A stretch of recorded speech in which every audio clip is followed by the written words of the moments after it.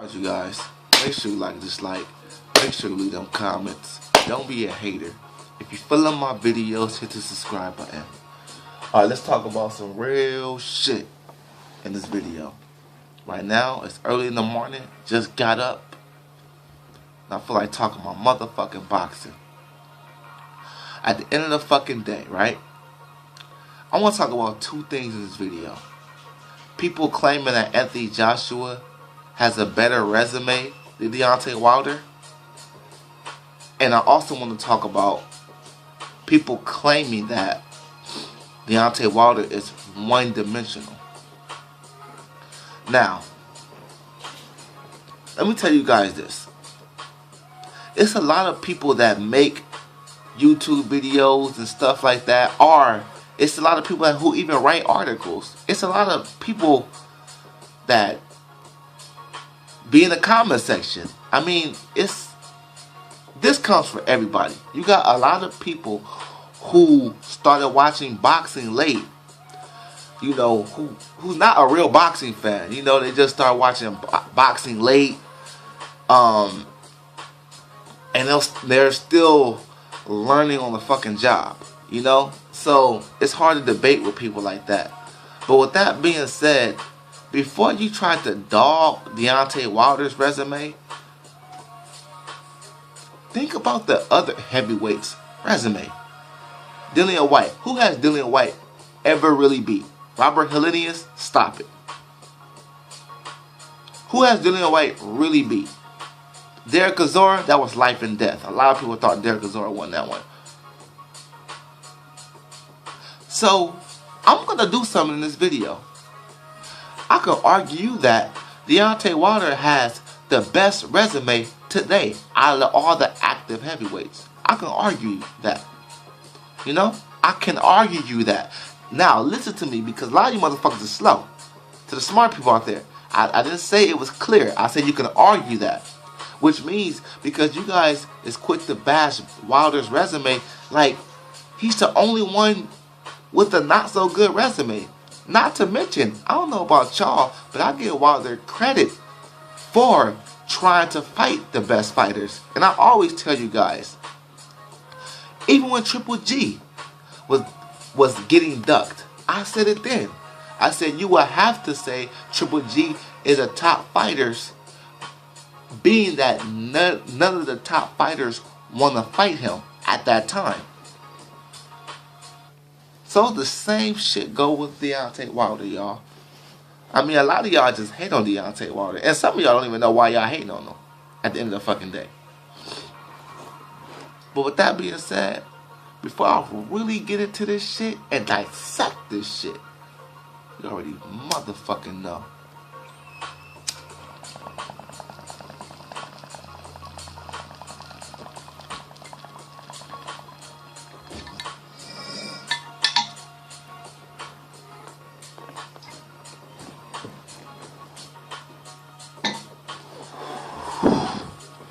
Now, let's get into this shit. First of all, since this video is not about other fighters, I'm just going to run them down quick. Dillian Whyte, I just ran him down for you. Wilder has a better resume than Dillian Whyte. Facts. Now let's just get to AJ. I'm not even going to run them down. Joseph Parker, he's arguably coming off 2 straight losses. At least in Wilder's big fights, he dominates or stops him. Okay? So with that being said, let's really get into this, okay? Let's really get into this shit. Now, the reason I give Anthony Joshua so much credit for his resume is because he fought decent competition at an early age. But Anthony Joshua been fighting for a long time. Deontay Wilder started boxing late. So you guys have to understand, he kind of got his amateur experience, well, a lot of his boxing experience late in his career. Kind of like the same shit with Kell Brook. You know, even though Kell Brook didn't start late like Deontay Wilder. But you guys never, well, I can't expect y'all to take that into consideration when you don't fucking like the man, you know?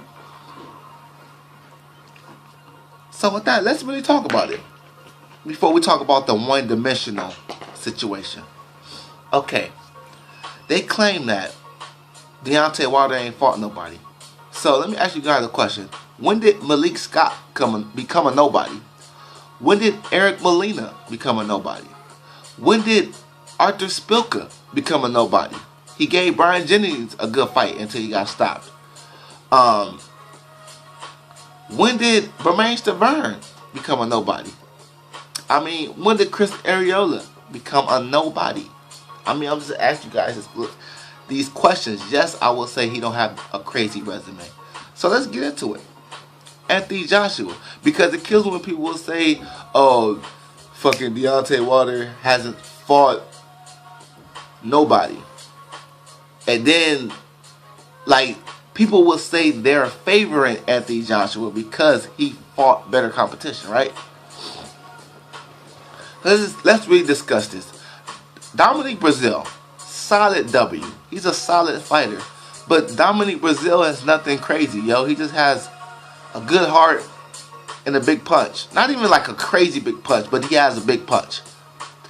So, I give him credit for Dominic Breazeale. But if you ask me, Dominic Breazeale isn't too far from Eric Molina.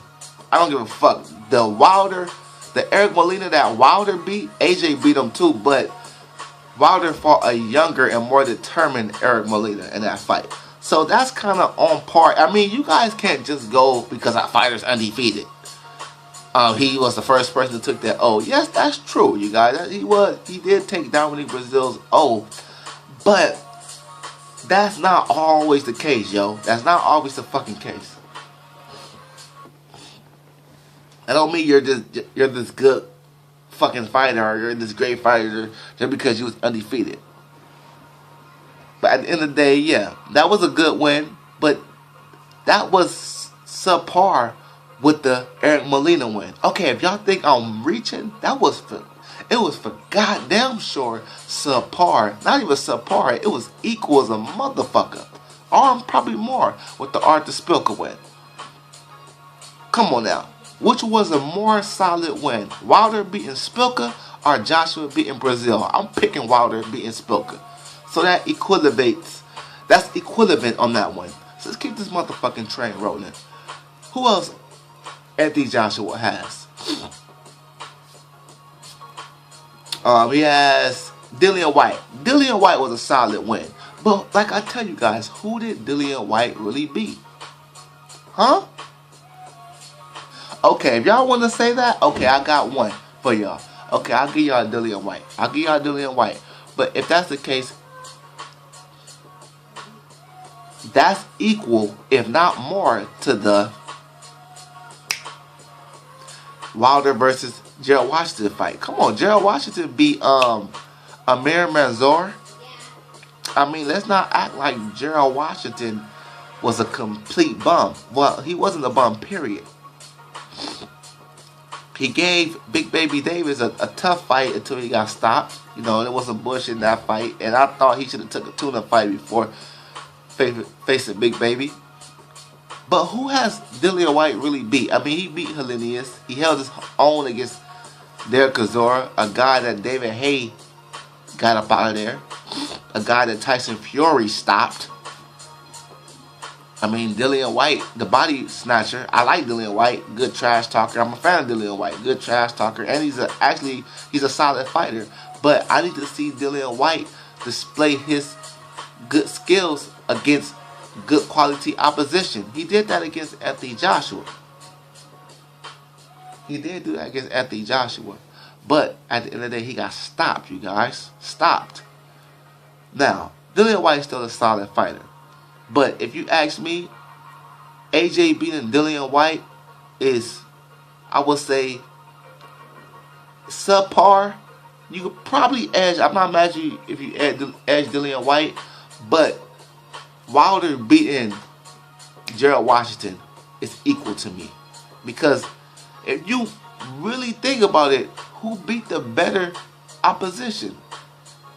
You could probably favor Dillian White, but Dillian White had a debatable with Derek Chisora. I'm not gonna go in on that one, but I think that's about even. Okay. Now, who else? Fucking Charles Martin. He beat Malik Scott.